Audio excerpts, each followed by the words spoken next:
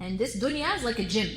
So now if I find myself getting paralyzed, this is where I want to bring us back.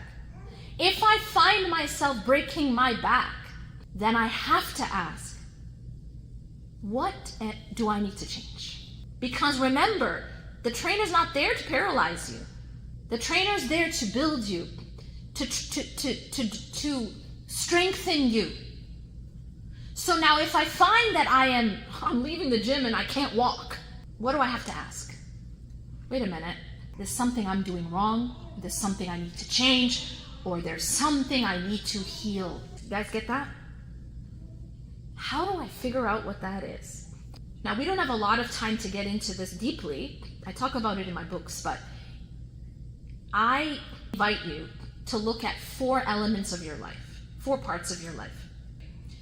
The 4 parts of your life are the biological. This is the physical shell that holds our body. We have a physical self. We have neurotransmitters and hormones and organs. And if they are out of balance, then we are going to experience suffering. So the physical matters. For example, if you're not getting proper sleep, it's going to affect your thinking, it's going to affect your body, it's going to affect your mental health, etc. If you have deficiencies in certain physical, biological deficiencies, it's going to affect you physically and mentally and psychologically. Okay, so the biology of the human being matters. However, we are not just a machine, are we? We're not just organs and chemicals and neurotransmitters and hormones. That's department 1, right? Compartment 1 that we have to check. I want you to think about this diagnostic that we're doing as imagine you're asleep in your house and you get woken up by the smoke alarm. Now, is a smoke alarm really relaxing? Does a smoke alarm kind of calm you down and put you back to sleep? Anyone? No, it's the opposite, right? A smoke alarm is very obnoxious, very unsettling, loud. It doesn't make you comfortable, it makes you uncomfortable on purpose. Why? What's the purpose of that? Because it's forcing you to look for the source of the fire and then what? Well, go back to sleep, of course, right? No, it's forcing you to look for the source of the fire and address it before it burns your house down. Can I tell you something deep? Your depression, your anxiety, your pain, your panic attacks, your trust issues, your relationship issues are a smoke alarm. They're the smoke alarm. The depression isn't the fire. The anxiety isn't the fire. It is the pointer to the fire. It is the smoke alarm that is so uncomfortable on purpose to force you to do something. Do you get it? It is telling you, in fact, it is forcing you to recognize that there is a fire somewhere in your life. Can I repeat that?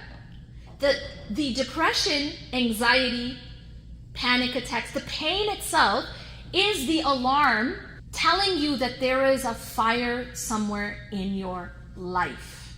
That's the purpose of pain, really. The purpose of the pain, I want you to imagine you're in your kitchen and your elbow touches the fire or it touches the stove. You didn't see it. How do you know to move your arm? Anyone? How do you know you need to move your arm? Pain, right? So the pain is actually meant to protect you. Because if you never felt that pain, you might just, all your skin come off. So the pain itself is forcing you to take action to fix it, right? But now what if you didn't feel pain, or maybe you numbed it, you numbed your whole body. And there's actually a condition where some people, they're born and they don't feel pain. They don't even survive. They say maybe 3 years or something. They can't actually live in this world without pain, because pain is what tells us, I just stepped on a nail. I just put my hand in the fire. Something's wrong with my heart. It's the chest pain that told you that. You can't look into your chest and see that your arteries are blocked. right? You don't know that you have an infection in your tooth. It's the pain that told you. So the pain itself is the alarm. But here's the problem. What do we do with pain? Well, we don't like the sound of the alarm, so what do? Well, we take out the batteries, right? Who likes that sound? It's really annoying. I don't like it. It makes me uncomfortable. So what am I going to do? I'm clever. I realized that if I take out the batteries, then I don't have to hear the alarm for a bit and I can go back to sleep, but my house is still on fire. And this is what happens when we look for ways to numb our pain. Look for ways to escape our pain. Look for ways to put a filter on it, right? Pop a pill. Do you get it? Like, you could be having chest pain every day and it's telling you something, right? But what if you just take Tylenol and ibuprofen every day and you numb it? Well, okay, it's taking the edge off of the pain. You know, we numb ourselves a bit. Maybe we distract ourselves a bit. We escape. But the heart condition is still there. The house is still on fire. And this is the problem. And this is how, and I'm going to say something I want you to really think about. This is how pain turns to suffering. I want you to see what I'm saying. When we ignore the signal, when we ignore it, and there's a lot of discussion about why we do that, and it has to do with childhood. But when we ignore the signals of things like fear and sadness, it's like we're taking out the batteries, right? Some people, they use drugs or alcohol to take out the batteries from their pain. If you look at the essence and the root and the common denominator of addictions, it is someone who is in pain, who's trying to numb the pain. All addictions are a way to take out the batteries from the smoke alarm. Other ways that we try to take out the batteries from our smoke alarm, and this is one that a lot of us like, is to try to stay really busy. You know what I'm saying? If I can just be really busy and really needed, you know, like busy with other people, doing things so that I don't have to deal with the fire in my life. Some people, they try to take out the batteries from their pain through distractions. Our phones and our devices, that's a big distraction. Social media is used as a way to escape. Sometimes people will escape through either they escape their own life by creating a false sort of persona or a false life online, or, this is a big one that we like, is that we escape our lives by hiding in other people's lives. This is why we love reality shows, right? I can escape my own drama by watching someone else's drama. Why do we care what type of milkshake or drink an influencer is having? What type of hamburger? What type of sandwich? Why do we follow these things? It's an escape. None of these things are significant. None of these things actually matter.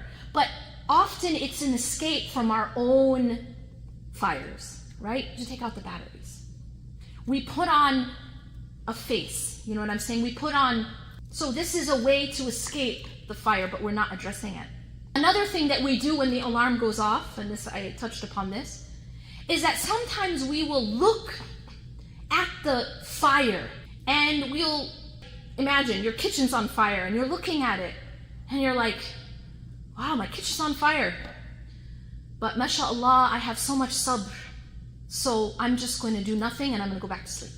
And then of course people will come around and they will praise you for it. Mashallah. She stood in a burning house for 25 years and did nothing. MashaAllah, her sabr. This is what we call sabr. And this is what we praise, especially in women. And I'm just going to ask you to do an exercise in your own mind. Okay. I want you to think about the elder women in your family. How are they praised? The grandmother, MashaAllah. Do people say things like, MashaAllah, my mother, my grandmother, my whatever, she really contributed to society? Or she took a stance against injustice. Maybe not.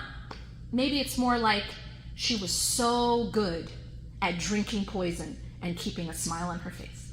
She was so good at standing in a burning house and doing nothing. Her arm was in the fire and she kept it there, MashaAllah. So much sabr. Until her skin fell off, MashaAllah. And then what do? They call it sacrifice. Isn't it? Am I making this up? They call it sacrifice. They use all these beautiful words like sabr and sacrifice, when in fact, it is oppression. I can tell you, I hear a lot from people all over the world, and people in very difficult situations, a lot of pain, a lot of suffering. But I can tell you that there is a common denominator, generally, and that is that people stay too long. People stay sitting too long in bad situations. This is the common denominator. Because remember, the alarm is the pain. I'm uncomfortable. This is not right. I'm feeling fear. I'm feeling sadness. This is the alarm. This is the signal Allah has designed. See, my depression is a signal. There's a fire. Figure it out. Sort it out. Address it. My anxiety. Do you think anxiety is just kind of, you're just born with it? Is that what you think? It's a personality? It's not. It is a signal. It is an alarm. It's telling you something. But if you keep taking out the batteries and not address the fire, your house burns down. And then, لا يكلف الله نفسا إلا وسعها. Allah puts a burden on someone beyond what they can bear. So if you find yourself drowning, you have to ask, where's the fire? And what have I done about it? What am I doing about the fire? Am I going back to sleep and calling it sabr? Am I keeping my hand in the fire until my skin falls off and calling it sacrifice? Am I taking out the battery so that I can numb the pain? The fire's still there. So this is why we suffer. So sometimes our suffering, and that brings me to the second category, sometimes the source of the fire is your environment, your relationships. So again, what are we doing here? We're trying to ascertain, why am I suffering? Where is the source of the fire? So we said biological, then we said environmental. So our environment matters. If your house is on fire, you will get burned. Everybody understand this? But Yasmin, what if I'm praying? Yasmin, what if I'm reading Quran? These are among the most powerful spiritual tools. But if you are reading Quran inside of a burning house, you still get burned. Are you guys understanding what I'm saying or no? We cannot ignore the environment. We cannot ignore it. Because let me give you proof of this, okay? Did the Prophet ﷺ and his companions have sabr? Yes or no? Not a trick question. Yes, of course. They had sabr more than us.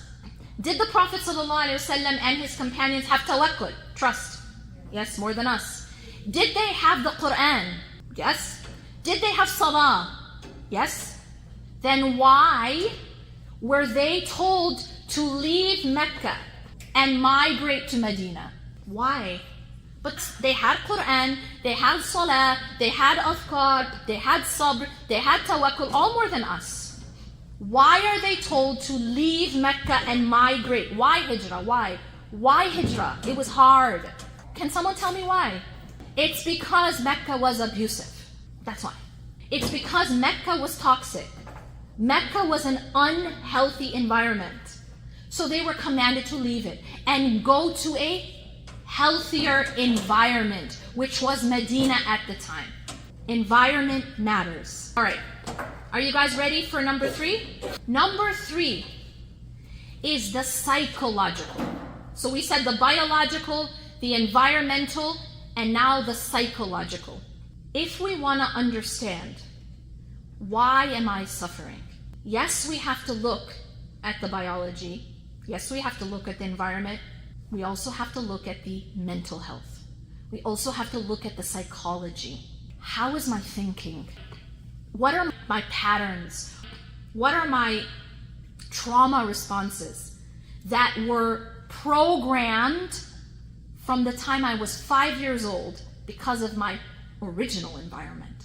This is its own topic, but this is part of why we suffer today. Why we suffer today is also related to stuff that happened when we were children. And there's this idea that, well, it was a long time ago, so why is it relevant? More and more, we are realizing that it is absolutely relevant. And so oftentimes, the suffering that someone experiences now is actually rooted in what happened when they were 3, 4, 5 years old.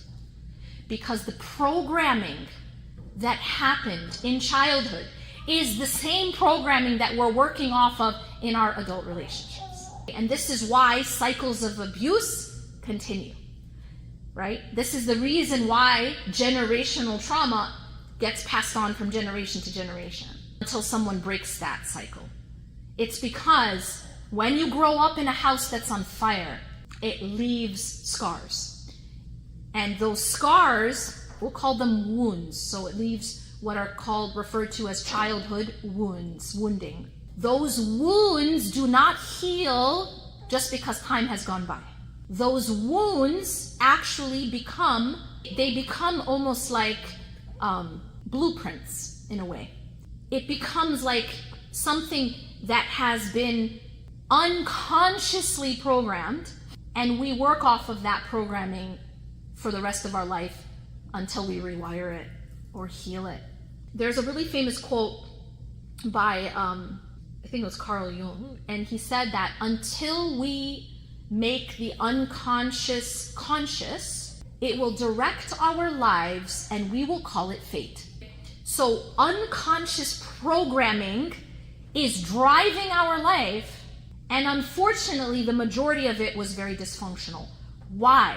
Why was it dysfunctional? The reason is, if I grow up in an unsafe environment, so let's call that a house that's on fire, that can mean that it's unsafe physically, sexually, but it also can mean emotional neglect or emotional abuse, all of the above. If I grow up in that type of environment, it requires me to learn certain strategies to survive. So I want you guys to imagine for a moment that you're growing up in what's called a minefield. Do you all know what a minefield is? So a minefield is basically a place where bombs are hidden. And so you don't really know if you might step on one because they're hidden. Now, how do you think a person who lives in a minefield is going to learn to survive? Anyone? You're going to have to learn to be what? Super careful where you step, right? Can I tell you guys something? And then inshallah, just reflect on this. Because we don't have a lot of time just to talk about this topic, but I will tell you 3 questions that if you answer those questions, it will basically explain all adult behavior. Okay? You guys ready? What did I have to do as a child to earn love? What did I have to do as a child to earn safety? What did I have to do as a child to earn acceptance? Now see, the answer to that question explains our adult behavior, explains your husband's behavior, explains your friend's behavior, your mother, your father's behavior.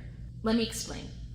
For some people, the answer to that question is, what did I have to do as a child to earn love? And by the way, I say earn in quotation marks because these are things that should never have had to be earned. These were supposed to be unconditional. That's what a safe home is. A safe home is where there's unconditional love, acceptance, and safety for the child. But many homes were not like that. Why? Because there's inherited trauma. That's the reason why. It's because when you grow up in a home that's on fire, you grow up with wounds, and then you grow up and you pass those wounds on to your children, and so on and so forth, until you address the wounds. But remember, they're unconscious, so you have to first be conscious of them, address them, so that they don't drive your life and you don't pass them on. We don't have time for a lot of neuroscience, but I'm just going to give you one piece of neuroscience, the way the brain works. The nervous system was designed by Allah to keep you safe. Everybody understand? So if there's a lion coming, the nervous system is designed to get you away from the lion. This is where the fight or flight response comes from. When you are triggered, what is a trigger? A trigger means I don't feel safe. I feel threatened. Anytime you feel threatened, you're going to go into your stress response, which is I'm going to fight the lion, or flight, I'm going to run away from the lion, or there's two more, fawn and freeze. What's fawn and what's freeze? Well, freeze is playing dead. When an animal can't get away from the lion and can't fight the lion, what does it do? Plays dead.